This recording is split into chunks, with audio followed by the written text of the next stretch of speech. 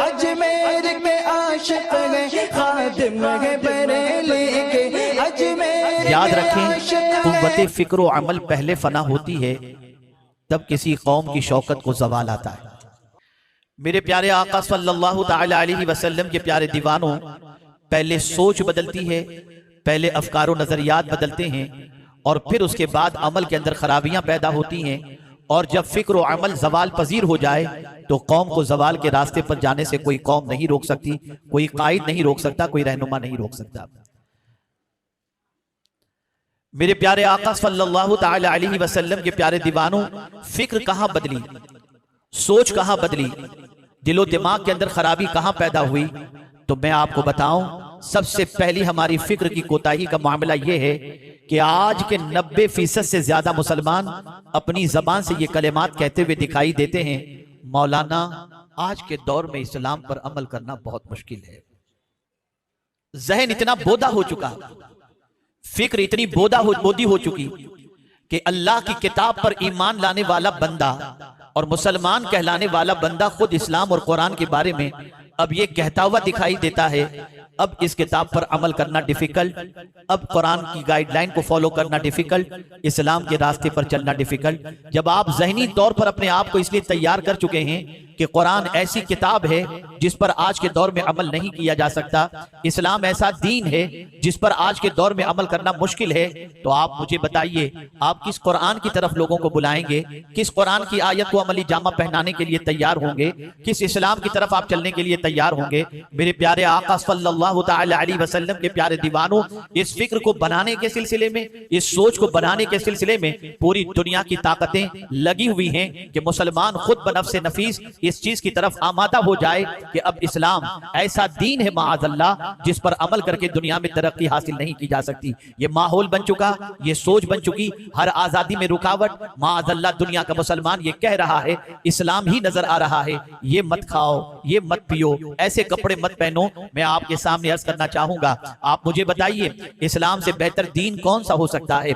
इस्लाम आज के दौर की हर परेशानी का सॉल्यूशन ही नहीं बल्कि कयामत तक के हर प्रॉब्लम्स का सॉल्यूशन बनकर अल्लाह अज़्ज़ व जल्ल ने हमें अता फरमाया। इस्लाम अल्लाह का कानून है, अल्लाह का दीन है, अल्लाह का बनाया हुआ निजाम है। अल्लाह अज़्ज़ व जल्ल ने इस दीन को हमारे लिए पसंद किया, रदीतु लकुमुल इस्लाम दीना, ये कहकर रब्बे कदीर ने वाज़ेह फरमा दिया, मेरे बंदे मैंने तेरे लिए जो चीज पसंद की है वो दीन इस्लाम है। आप अंदाजा लगाएं, जिस दीन को अल्लाह ने हमारे लिए पसंद किया उसी दीन पर आज का चलने वाला मुसलमान, आज का मुसलमान चलने के लिए तैयार नहीं। नतीजतन जब सोच ये बन गई, सिचुएशन ये बन गई, फिक्र ये बन गई कि कानून इलाही और कानून रसूल सल्लल्लाहु अलैहि वसल्लम पर अमल करना दुश्वार है, तो अब हजारहा आयतें पेश की जाएं, हजारहा अहादीस पेश की जाएं, बंदा सुनता जरूर है, वक्ती तौर पर महसूस तो करता है, लेकिन फिक्र आवाज देती है मौलाना बहुत डिफिकल्ट है, आज के दौर में बहुत डिफिकल्ट है। इस सोच से बाहर निकलिए, इस फिक्र से बाहर निकलिए। अल्लाह का कोई कानून ऐसा नहीं जो बंदे के लिए डिफिकल्ट हो। आइए मैं रसूल आज़म सल्लल्लाहु अलैहि वसल्लम के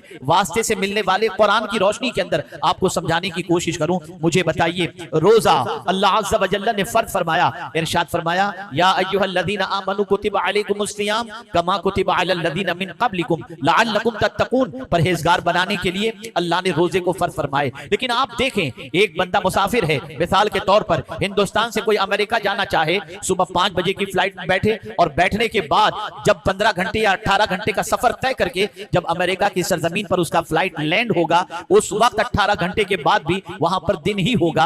अब जाहिर सी बात है, एक बंदा इतना लंबा सफर तय करके आया और आने के बाद अभी दिन ही मौजूद है, वो रोजा किस तरीके से रख सकेगा, किस तरीके से बर्दाश्त कर सकेगा? अगर इस सिचुएशन के अंदर वो रोजा छोड़ देता है तो गुनाह में गिरफ्तार होगा। इसी तरीके से एक इंसान मर्ज के अंदर गिरफ्तार है, शुगर का पेशेंट है, इसी तरीके से बहुत सारी बीमारियां उसको लगी हुई हैं, ज़ौफ है, नातवानी है। अब अल्लाह ने तो रोजा फर्ज फरमा दिया, बंदा ऐसी सिचुएशन के अंदर रोजा रखेगा तो उसकी जिंदगी जो है वो खतरे से करीब हो जाएगी, जान जाने का मामला होगा। तो मेरे करीम ने अपना दीन सख्त हम पर नाजिल नहीं फरमाया, बल्कि इरशाद फरमाया, फमन कान मिनकुम मरीदन औ अला सफरिन फइद्दतुम मिन अय्यामिन उखर, अगर तुम मरीज हो या मुसाफिर हो तो गिनती के दिन बाद में पूरे कर लेना। तुम्हें इस हालत के अंदर रोजा तुम्हारे लिए छोड़ने की इजाजत दी जाती है। और उसके बाद अल्लाह के इस इरशाद ने इंसानों को ज़हन दिया, युरीदुल्लाहु बिकुमुल युस्र वला युरीदु बिकुमुल उस्र, अल्लाह तुम्हारे लिए आसानी चाहता है, तकलीफ नहीं चाहता। पता चला अल्लाह की किताब आसानी दे रही है, अल्लाह के कानून में आसानियां मौजूद हैं, अल्लाह के कानून के अंदर फ्लेक्सिबिलिटी मौजूद है। ये दीन ऐसा नहीं जो नाकाबिल अमल हो, बल्कि मैं आपको यकीन के साथ कहता हूं, जो इस कुरान को फॉलो करता है, जो रसूल आदम के इरशादात को फॉलो करता है, सबसे पहले अल्लाह उसकी जिंदगी को सुकून से भर दिया करता है और उसके दिल को इत्मीनान की दौलत से माला माल कर देता है।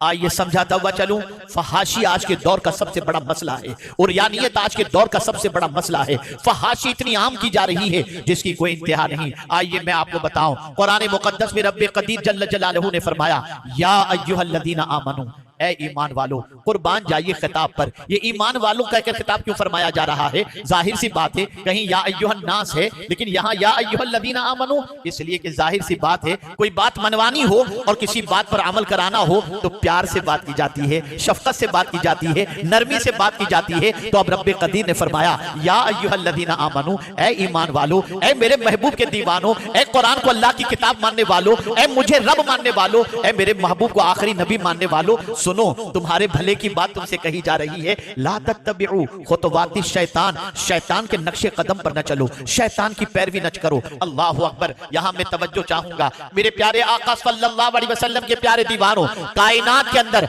अल्लाह अज़्ज़ व जल्ल से ज्यादा इंसानों का भला चाहने वाला कोई नहीं है। अल्लाह रहमान और रहीम है, वो अपने बंदों का भला ही चाहता है, अपने बंदों के लिए भलाई के फैसले फरमाता है। कितना भला चाहता है, हम सुबह से लेकर रात तक उसकी नाफरमानी करें फिर भी रिस्क के दरवाजे बंद नहीं करता। हम रातों दिन उसके इरशाद के खिलाफ जिंदगी गुजारें, वो हमें जिंदगी से महरूम नहीं रखता। आप अंदाजा लगाएं, सुबह उठते हैं उसकी नाफरमानी के साथ, रात सोते हैं उसकी नाफरमानी के साथ, लेकिन रिस्क के दरवाजे बंद नहीं करता। भूखा उठाता जरूर है, भूखा सुलाता नहीं है। ये मेरे रब की शान है, कितनी मेहरबानियां। आप अंदाजा लगाएं, आपका एक मुलाजिम अगर आपकी एक बात ना माने, आप डांटी मारते हुए कहेंगे, अगर आइंदा गलती की तो कल तुझे जॉब से निकाल दूंगा। ऐ मेरे रब तेरी अजमतों पर कुर्बान कि सुबह से लेकर रात तक हम तेरी नाफरमानी करते हैं, लेकिन तू ये नहीं फरमाता, मेरे बंदे मेरी जमीन से तुझे निकाल दूंगा, मेरे बंदे मेरे आसमान के साए से तुझे महरूम कर दूंगा। नहीं, परवरदिगार अपने बंदों पर बेपनाह मेहरबान है, ऐसा मेहरबान कि फरमाता है,